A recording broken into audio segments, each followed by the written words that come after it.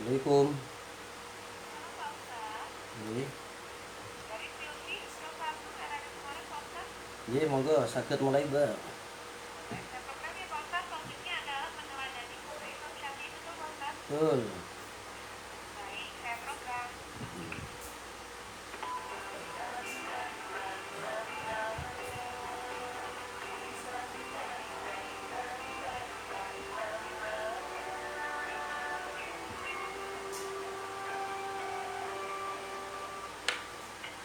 Apa yang sebetulnya kita harus pelajari dari sosok Imam Syafi'i? Hari ini sudah tersambung dengan Ustadz Khairul Amin. Assalamualaikum warahmatullahi wabarakatuh, selamat pagi Ustadz. Waalaikumsalam warahmatullahi wabarakatuh, Mbak Silvi.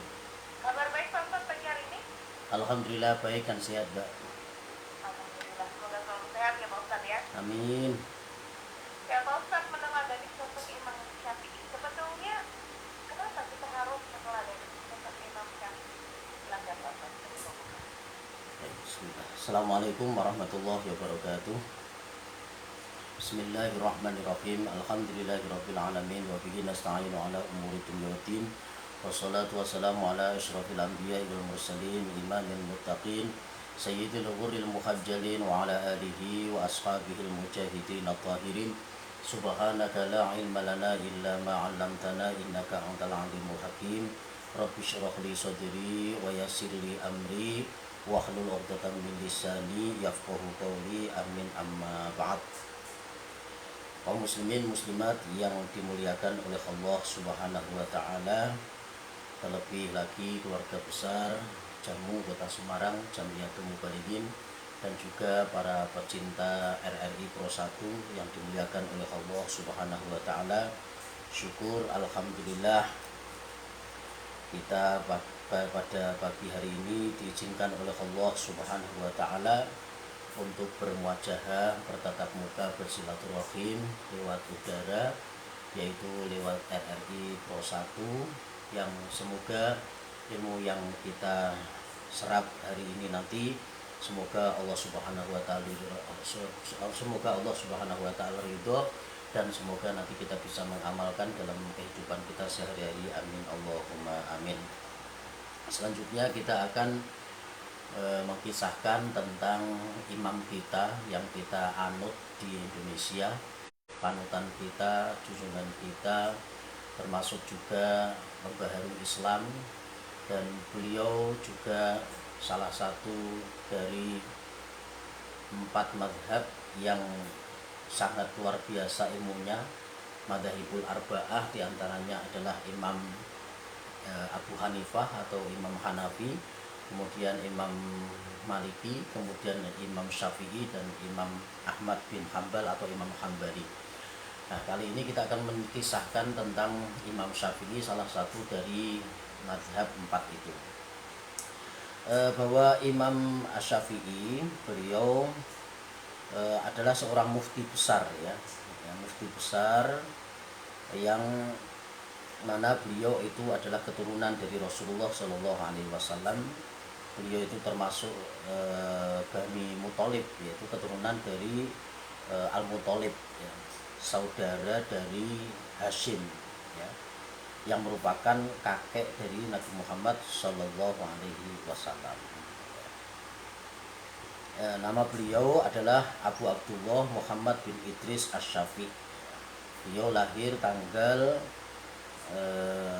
bulan dan tahunnya adalah beliau lahir pada tahun 767 Masehi atau 150 Hijriah, ya. Beliau di daerah Baghdad, ya, di wilayah Timur Tengah di Irak, ya. Jadi beliau ini salah satu juga dari murid Imam Syafi'i. Beliau sangat luar biasa, ya, ketika beliau masih kecil, beliau itu sudah menghafal Al-Quran dari umur 9 tahun, wa fi riwayatin 7 tahun. Pada usia 12 tahun itu beliau sudah menghafal kitab hadis karangan dari gurunya, yaitu Imam Malik. Beliau sangat luar biasa. Pada saat beliau dilahirkan saja itu ada satu kejadian yang sangat luar biasa. Beliau di dalam kandungan ibunya itu 4 tahun ya. Ini sangat luar biasa dan khariqul adah, di luar kebiasaan. Beliau pada saat sebelum lahir, ayahnya yaitu Idris ya, Syekh Idris ini suatu saat berjalan untuk mencari ilmu lah, mau mondok kalau sekarang, mau di pesantren. Kebetulan di tengah jalan itu menemukan sebuah sungai yang di sana ada buah delima ya.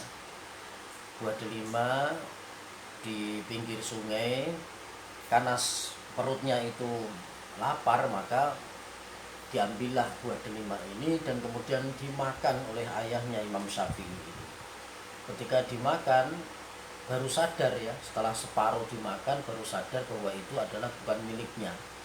Sehingga karena saking beliau, ayahnya Imam Syafi'i ini, yaitu Kiai Idris ini, saking takutnya dengan barang yang haram, maka dicarilah pemilik dari pohon buah delima ini ya. Singkat cerita, kemudian dicari di tempat dari satu tempat ke tempat yang lain, maka kemudian bertemulah Imam Syafi'i dengan yang mempunyai pohon tersebut. Ketika sudah bertemu dengan orang yang punya pohon, Kiai Idris itu minta supaya dihalalkan dari apa yang dimakannya buah delima yang separuh tadi ya. Singkat cerita, ketika sudah menyampaikan, wahai Syekh, bahwa apakah betul pohon yang ada di sebelah sungai itu, pohon delima itu milik Bapak? Betul. Kenapa? Maka Syekh Idris menyampaikan bahwa tadi saya lapar Pak, saya makan buah itu karena sudah terjatuh, maka saya makan ini habis separuh, sudah separuh, saya baru ingat bahwa ini pasti ada yang punya ya. Ini saya cari, ternyata Bapak yang punya, Syekh yang punya. Saya hari ini yang pertama silaturahim, dan yang kedua saya minta untuk dihalalkan dari buah delima yang separuh sudah saya makan. Maka ternyata jawaban daripada Syekh ini tadi malah justru mengatakan, enak banget gitu ya, kamu minta halalnya, udah kamu makan baru minta halal gitu ya. Maka tidak dihalalkan, kamu tidak akan aku halalkan, kecuali dengan syarat kamu harus bekerja di tempat saya 2 tahun tanpa gaji. Coba bayangkan ya, 2 tahun tanpa gaji ya, gara-gara separuh buah delima. Kemungkinan kalau kita menjadi Imam Syafi'i ya, makan buah delima hanya separuh dan itu pun sudah jatuh, mungkin sudah kita nggak peduli ya, atau mungkin kita nyari yang lain justru ya. Atau kalau mungkin kita jadi yang punya pohon tadi, mungkin ya silahkan saja, bahkan mungkin kita tambah, karena kamu lapar ya sudah saya kasih mungkin tambahan, justru malah seperti itu mungkin ya, karena kebaikan kita insya Allah. Tapi ternyata Kiai ini justru belum menghalalkan ya. Karena apa? Karena Kiainya tadi, Syekhnya tadi itu bukan apa-apa, bukan niat jahat, tapi beliau itu melihat Imam Syafi'i itu separuh buah delima yang sudah jatuh dimakan saja, dia takut kalau itu haram. Itu artinya anak ini pasti adalah anak yang soleh. Kalau anak yang soleh ini jangan sampai lepas gitu loh maksudnya. Jangan sampai lepas, jangan jauh-jauh, karena ternyata dari Syekh ini punya anak perempuan, sehingga begitu melihat anak ini anak yang soleh, yang taat, yang takut dengan barang yang haram, langsung connect gitu ya. Connect ini harus jangan sampai lepas ya. Supaya nggak lepas, maka dia minta supaya bekerja 2 tahun tanpa gaji di rumahnya. Nah, Imam Syafi'i ternyata juga saking inginnya dihalalkan, maka beliau mengatakan siap ya. Kalau anak-anak sekarang mungkin siap gitu ya. Siap karena ingin dihalalkan, sehingga siap untuk bekerja 2 tahun Subhanallah, ini makin kagum ini ya Syekh tadi yang punya pohon. Tapi belum ditunjukkan ya. Setahunya Imam Syafi'i ya, gurunya, ayahnya Imam Syafi'i, Kiai Idris ini setahunya ya, ini orang kok gimana, wong separuh saja kok nggak mau dihalalin, itu aja buahnya udah jatuh. Tapi karena memang saking takutnya ayahnya Imam Syafi'i ini, Kiai Idris ini, maka tetap mau bekerja 2 tahun berturut-turut. Akhirnya mondoknya di pesantrennya itu diurungkan, tapi kerja 2 tahun di rumah Syekh itu tadi. Pendek kata, setelah berlangsung 2 tahun ya, 2 tahun selesai, maka Imam Syafi'i ini pamit.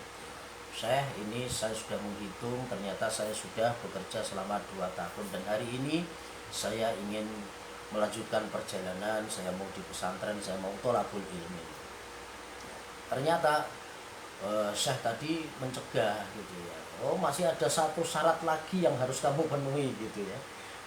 Loh, katanya sudah itu saja syaratnya, 2 tahun bekerja dan sudah saya lakukan. Kenapa masih ada syarat satu lagi ya Syekh? Maka saya tadi menjawab, kamu belum aku halalkan kecuali memenuhi syarat satu lagi, yaitu kamu harus menikah dengan putriku. Nah ini jadi mau boleh inginmu malah suruh nikah gitu ya. Nah, karena rumahnya juga gede, besar, dia juga bertanya gitu ya, dengan siapa wahai Syekh?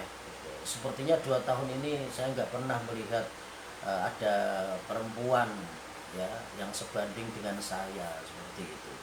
Maka saya tadi mengatakan, ya sudah, kamu temui saja calon istri kamu di kamar yang ini misalnya ya, sudah dikasih tanda di kamar yang ini. Tapi kamu jangan kaget karena calon istrimu itu yang pertama itu buta, yang kedua itu bisu, dan yang ketiga itu pencor ya. Pencor itu ya apa itu, kakinya itu gak normal gitu ya. Ya Allah. Ya akhirnya ini, waduh, ini kalau kita mungkin ya anak-anak muda sekarang langsung lari gitu ya mungkin ya.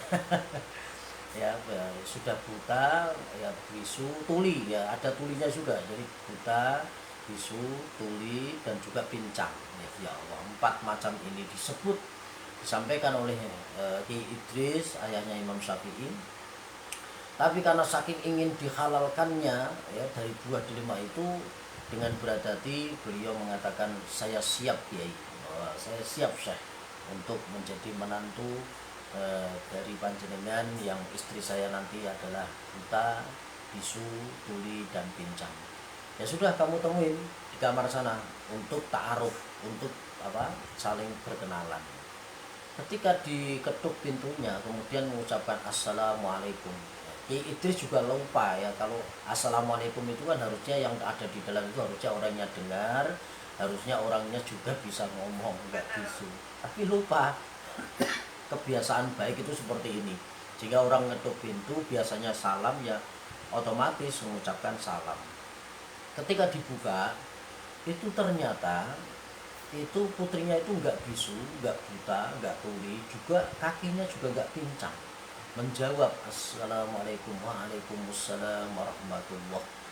Kaget dia, baru ingat, loh, katanya calon istri saya itu buta, tuli, bisu, pincang, ini kok lengkap gitu ya. Menjawab salam saya lagi.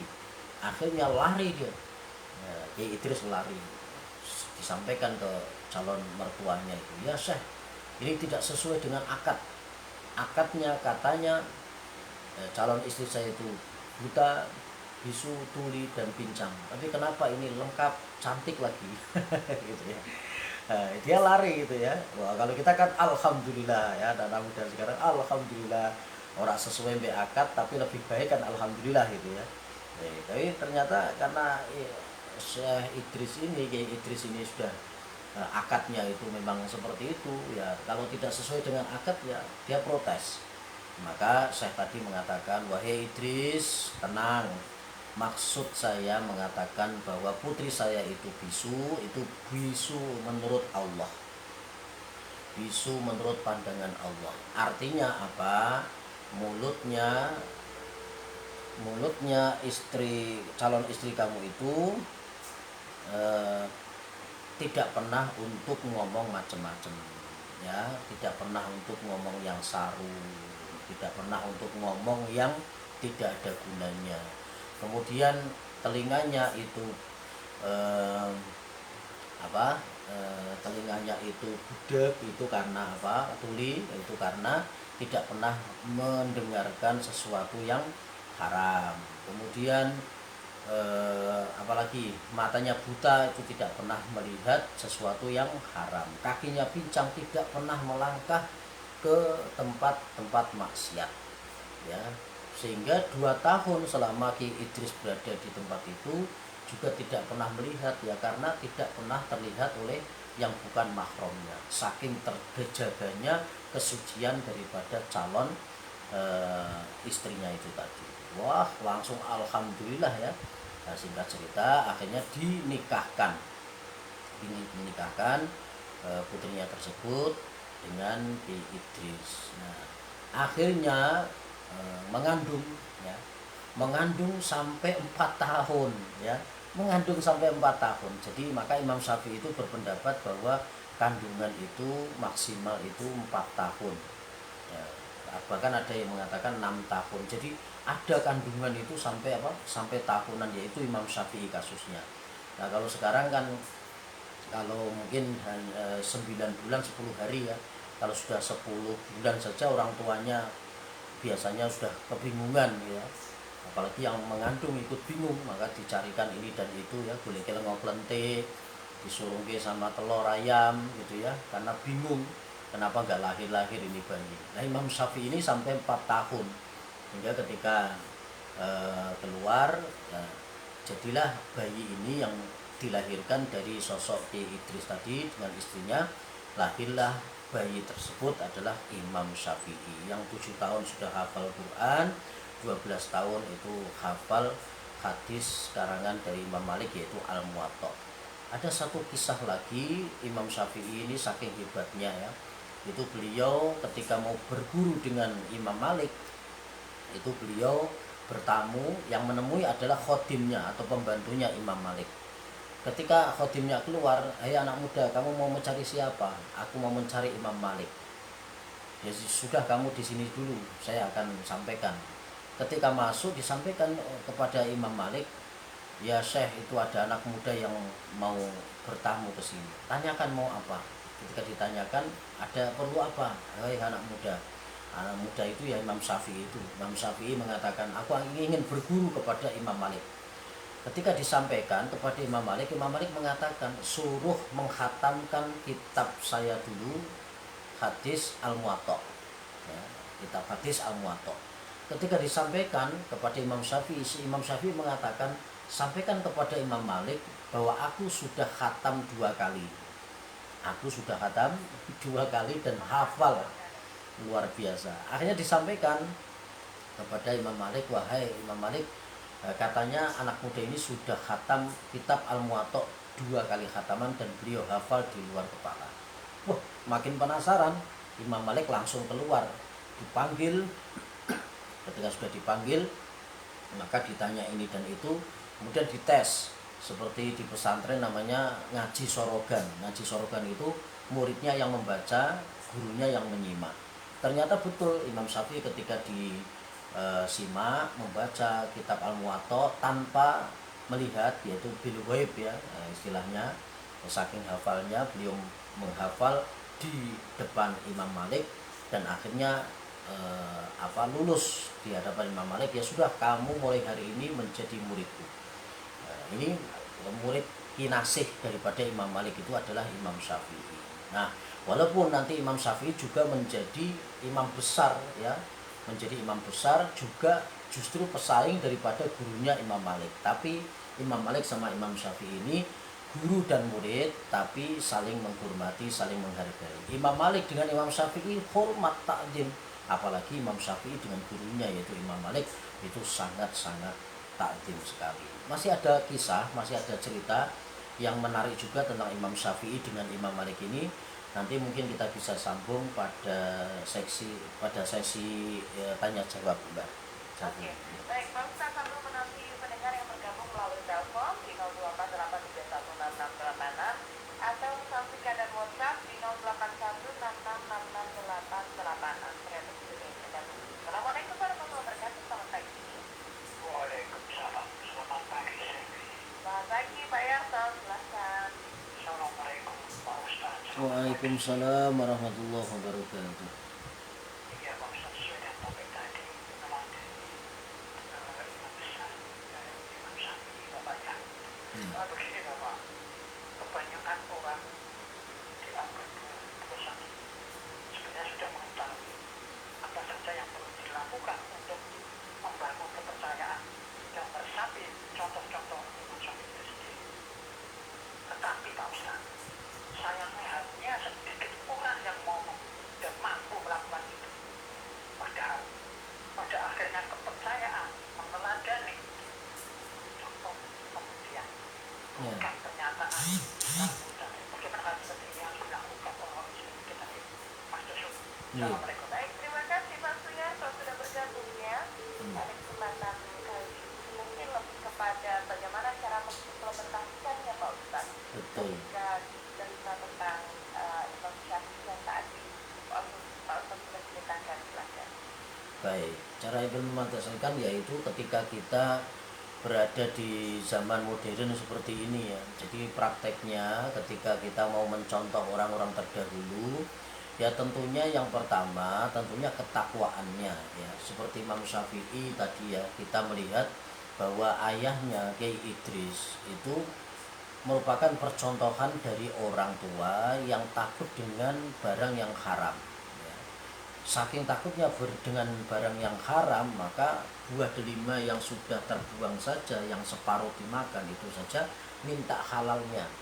Nah, di zaman sekarang ini kita ini sepertinya tidak begitu mempedulikan ya kehalalan daripada apa yang kita makan dan yang kita minum, sehingga kadang-kadang barang-barang yang apalagi yang syubhat, yang haram saja kadang-kadang juga dibuat ya oleh orang sekarang, dan seperti tidak takut ya akan urusan dosa dan neraka.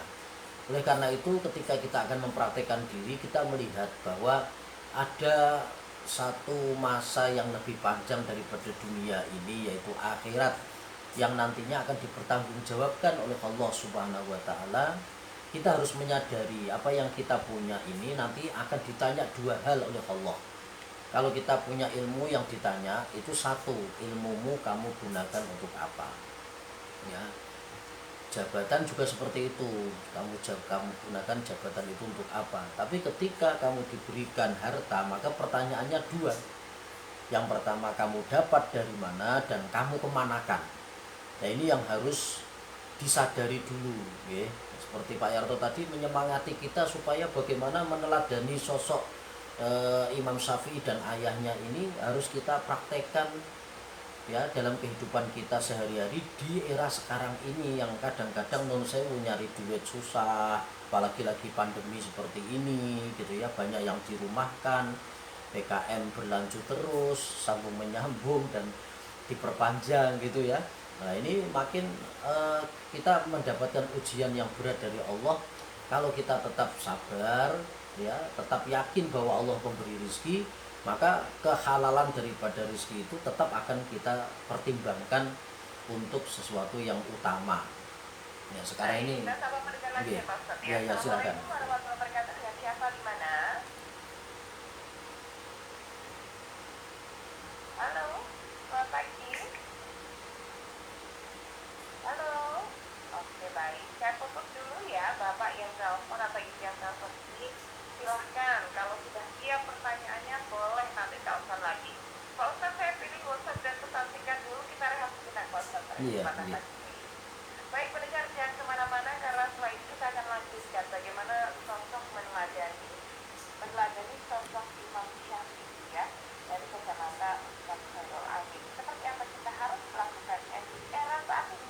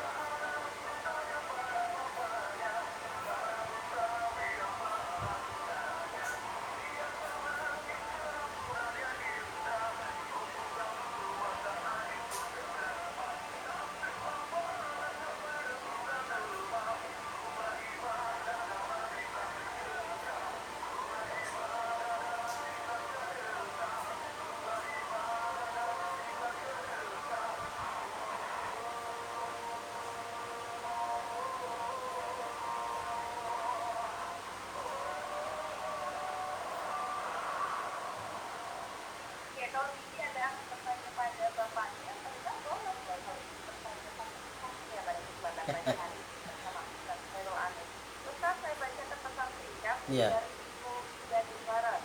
Iya. Assalamualaikum warahmatullahi wabarakatuh, Pak Ustaz. Salam. Tadi mengatakan bahayanya halal dan bahayanya haram dan juga halalnya sebuah rezeki.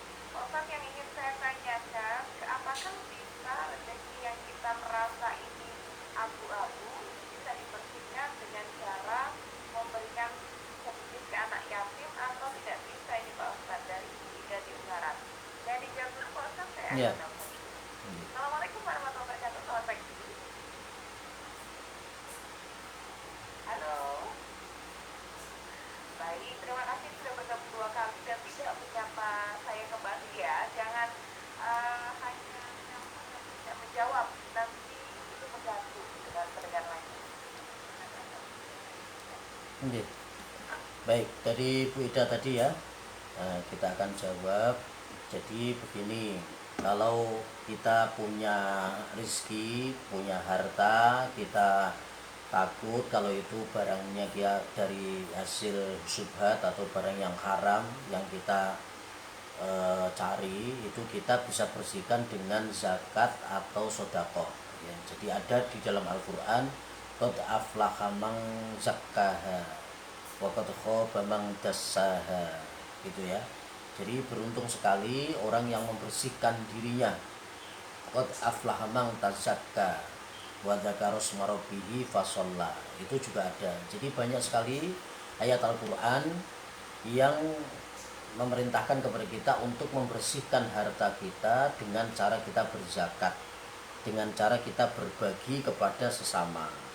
Sehingga ketika kita sudah berbagi kepada sesama, insya Allah itu salah satu daripada usaha kita supaya Allah membersihkan harta-harta kita dari yang haram.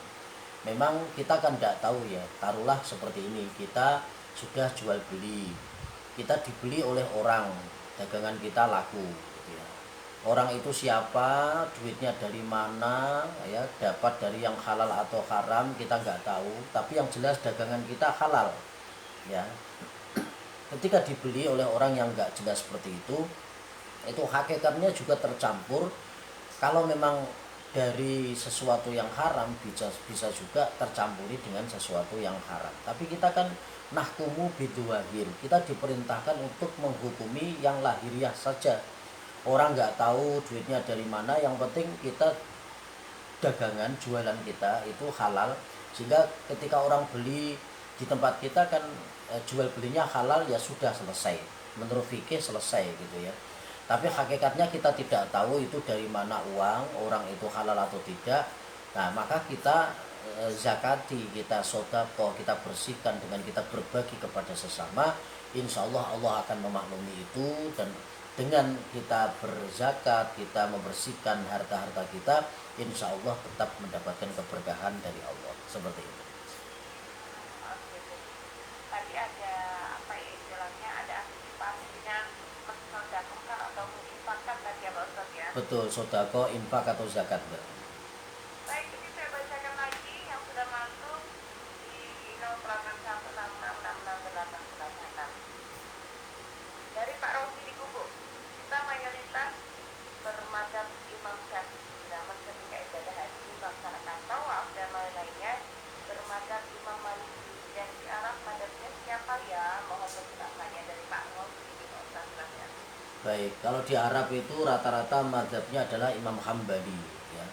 Dulu itu ada 4 madzhab ada di sana semua ya.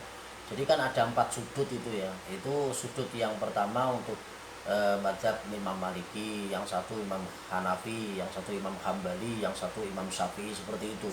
Jadi sekarang sudah diakumulasikan untuk bermadzhab Imam Hambali. Itu kata guru saya seperti itu di Arab Saudi. Jadi di Mekah juga itu rata-rata mazhabnya itu adalah Imam Hambali. Tapi ketika sudah berada di Mekah, ketika kita bercampur dengan jamaah haji, itu kan di seluruh penjuru pelosok dunia kan tumplek-blek di sana. Jadi kita akhirnya dari berbagai mazhab juga akan berkumpul. Kita akan melihat orang yang takbiratul ihramnya itu tanpa mengangkat tangan, ya. Imam Hanafi, Bermacam-macam, ya. bermacam-macam. Itu termasuk Imam Hanafi itu tanpa mengangkat tangan. Kemudian toaf, ya, misalnya tadi yang dicontohkan, kita kan mazhabnya Imam Syafi'i, kalau sudah wudhu kita bersentuhan dengan lawan jenis kan batal. Tapi khusus toaf maka kita berpindah madhab sementara, ya, dengan madhab siapa, ya, yang madhab yang tidak membatalkan ketika kita bersentuhan dengan lawan jenis karena sedang darurat, yaitu saat tawaf. Jadi saat tawaf itu karena kita terkadang bersentuhan dengan orang yang bukan muhrimnya atau bukan mahramnya, maka pada saat tawaf itu kita yaitu pindah madhab, ya, mengikuti madhab yang tidak batal, seperti itu. Jadi setelah itu ya kita beralih lagi ke madhab kita, seperti itu. Baik, Pak Ustadz tadi sambil menanti mendengar, ya, Pak Ustadz ingin menceritakan kisah di antara Imam Syafi'i dan Ya. juga Imam Maliki, Pak Ustadz. Oh iya, baik, kita lanjutkan kembali. Jadi Imam Syafi'i sama Imam Maliki ini walaupun murid dengan guru, ya, itu saling menghormati, gitu ya, saling menghargai. Ketika ada candaan itu ya biasa. Jadi suatu saat ini ada sedikit perbedaan, ya, ada sedikit mujadalah. Mujadalah itu ya perdebatan kecil antara Imam Syafi'i dengan gurunya yaitu Imam Maliki tentang rizki. Kata Imam Malik, rizki itu kalau sudah ditetapkan oleh Allah ya sudah, kita nggak usaha pun, nggak ikhtiar pun juga akan datang ke tempat kita kalau sudah rizkinya. Tapi kata Imam Syafi'i, enggak gitu ya wahai guru, namanya juga rizki itu harus dijemput, kata Imam Syafi'i. Tapi Imam Maliki mengatakan enggak, walaupun tidak dijemput, kalau sudah rizkinya, rizki itu akan datang ke kita. Ini ada dua pendapat. Pendapat yang Imam Maliki itu pasrahnya itu lebih tinggi. Jadi andai kata nggak usaha, nggak ikhtiar, kalau sudah rizkinya ya rizki itu akan datang ke kita. Tapi kalau Imam Syafi'i itu harus ada usaha, harus dijemput, ya, seperti itu. Nah, ini kedua-duanya terjawab ketika Imam Syafi'i jalan-jalan di satu tempat, kebetulan bertemu dengan seorang yang punya perkebunan anggur. Karyawannya pada libur, maka yang memetik atau memanen dari buah anggur itu adalah bosnya sendiri yang punya perkebunan. Baik, Maka Pak Ustadz ditahan dulu ya, Pak Ustadz. oh iya, Kita iya, sambung boleh. sebentar lagi. Halo, Assalamualaikum warahmatullahi wabarakatuh. Selamat pagi. Oke, baik. Masih hilang lagi. Nomornya saya catat, bisa saya telepon balik. Ada kendala apa ini ya? Masih 3 kali tidak terdengar. Silakan, Pak Ustadz. Iya, maka didatangilah orang yang punya kebun ini oleh Imam Syafi'i. Wahai tuan, apa tuan ingin aku bisa bekerja di sini untuk ikut memetik atau memanen dari anggur-anggurmu, ya. Maka yang punya perkebunan tadi senang banget, ya, karena ada yang mocok, ya, kalau orang sekarang mocok kerja gitu, ya. Jadi ada yang mau kerja tapi satu hari itu tok, ya, Imam Syafi'i. Maka silahkan bekerja di tempat saya satu hari ini. Silahkan, karyawan saya sedang pada libur. Akhirnya Imam Syafi'i bekerja memanen dari anggur itu satu hari itu. Nah, singkat cerita, kemudian selesai, Imam Syafi'i digaji, ya, dikasih honor, dikasih gaji oleh tuan tadi dengan gaji yang cukup, yang sangat besar, ya, dan juga ditambah dengan satu keranjang anggur. Wah, alangkah senangnya Imam Syafi'i. Senangnya bukan hanya karena menerima gaji dan anggur, karena ingin membuktikan kepada gurunya bahwa ini loh, saya dapat rizki, saya menjemput rizki itu, saya usaha, saya ikhtiar. Ya, ingin mengalahkan gurunya dengan dalam urusan basul masail, yaitu permasalahan hukum, gitu, ya. Nah, singkat cerita, kemudian dibawalah, ya, anggur ini oleh Imam Syafi'i dengan upahnya. Maka datanglah ke tempat gurunya yaitu Imam Maliki. Ya, kata Imam Syafi'i, wahai Imam Malik, wahai guruku, ini aku sudah membuktikan bahwa aku menjemput rizki. Kalau andai kata aku nggak menjemput rizki itu, maka aku di rumah misalnya itu tidak akan pernah dapat anggur ini. Kemudian diceritakan kisahnya tadi, bertemu dengan seorang yang punya perkebunan, Dia bekerja sehari, kemudian dia mendapatkan upah, dan kemudian satu keranjang dari buah anggur itu diberikan kepada gurunya. Wahai guru, ini hadiah untuk guru. Memang kalau murid kepada gurunya itu namanya hadiah ya, jangan sodako. Kalau sodako itu dari yang atas ke bawah ya, dari guru ke murid itu sodako. Tapi kalau dari murid ke guru itu harusnya hadiah, jangan mengatakan sodako, tidak sopan itu ya. Akhirnya disampaikan, wahai guru, ini aku dapat anggur satu keranjang, ini buat engkau ya. Akhirnya Imam Malik itu ngakak ya, guyu banter gitu. Oh, kenapa guru kok engkau tertawa? Maka Imam Malik mengatakan, wahai Syafi'i, apa yang kamu bawa itu untuk aku, ini adalah rizki dari Allah yang min haitsu la yahtasib. Aku dari pagi tidak keluar kemanapun, tidak usaha, tidak ikhtiar, hanya membayangkan saja kalau panas-panas seperti ini ada anggur, alangkah segarnya. Saya hanya membayangkan, saya hanya andai kata ada anggur yang datang ya. Terbesit dalam hatiku, andai kata ada anggur, alangkah segarnya. Gitu saja, tidak keluar, tidak ikhtiar, tidak usaha, tidak beli.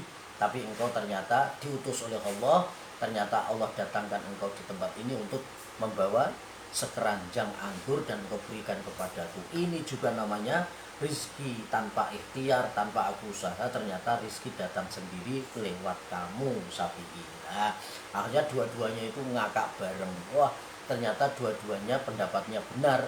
Ada rizki yang harus dijemput, juga ada kalanya rizki itu yang datang dengan sendirinya tanpa kita ikhtiar, tanpa usaha. Ya, ada tahu-tahu ada orang datang ngasih mie instan 2 dus misalnya, kita korban kebanjiran. Itu juga termasuk bagian dari rezeki yang tidak usah dijemput ya. Ada tahu-tahu orang datang ngasih THR, tahu-tahu orang datang itu ngasih ini dan itu adalah rezeki yang tanpa dijemput. Tapi juga ada rezeki yang harus dijemput seperti Imam Syafi'i itu tadi. Maka dua-duanya akhirnya benar. Jadi kesimpulannya, tentang rizki itu artinya ada rizki yang harus kita jemput, ada rizki yang akan datang dengan sendirinya, seperti itu. Ini juga kisah daripada Imam Syafi'i dengan Imam Maliki, yang guru dengan murid saling menghormati, saling menghargai, Mbak. Baik. Ustaz, terakhir pada kesempatan pagi hari ini tadi ya, ternyata kedua sosok ini dua-duanya bisa dijadikan tauladan, Pak Ustaz. Betul sekali. Jadi Imam Malik ini hebatnya luar biasa. Imam Malik ini lebih keren lagi ya. Imam Malik ini adalah orang yang ketika ngaji ya, ngajar kepada murid-muridnya itu beliau di atas ya, muridnya di bawah. Pokoknya nangkring di atas. Bukan kesombongannya, bukan ketakaburannya, tapi beliau mengangkat derajat keilmuan, bahwa ilmu itu harus dihargai, dihormati. Jadi walaupun ada pejabat datang untuk ngaji, itu tetap Imam Maliki berada di atas. Ya kalau sekarang mungkin di atas kursi ya, jamaahnya di bawah semua. Pejabat datang ya tetap beliau di atas kursi, tetap di atas majelis, tempat majelis. Ini mendapat Imam Malik. Nah, Imam Malik ini adalah sosok yang walaupun beliau itu seorang ulama besar, tapi beliau adalah orang yang kaya raya. Singkat cerita, Imam Syafi'i ini sebetulnya awal-awalnya tidak suka dengan urusan kekayaan. Wong kiai kok sugih gitu ya. Tapi Imam Malik, kalau kiai itu nggak kaya, itu nanti kekayaannya akan dimiliki oleh orang-orang fasik untuk maksiat. Kamu mau? Nah, Imam Syafi'i mengatakan iya. Ya, sebaiknya memang para kiai itu harus kaya seperti itu. Nah, ini juga perbedaan sedikit. Iya, Pak Ustaz, nanti kita lanjutkan lagi dalam perbincangan lainnya setiap harinya. Kalau boleh juga bisa dibikin part 2 ya, terkait dengan sosok Imam Maliki atau mungkin sosok-sosok lainnya yang bisa kita bahas. Boleh, Mbak. Terima kasih, Pak Ustaz. Sama-sama, Mbak Zulfi. Barakallahu. Amin. Waalaikumsalam warahmatullahi wabarakatuh.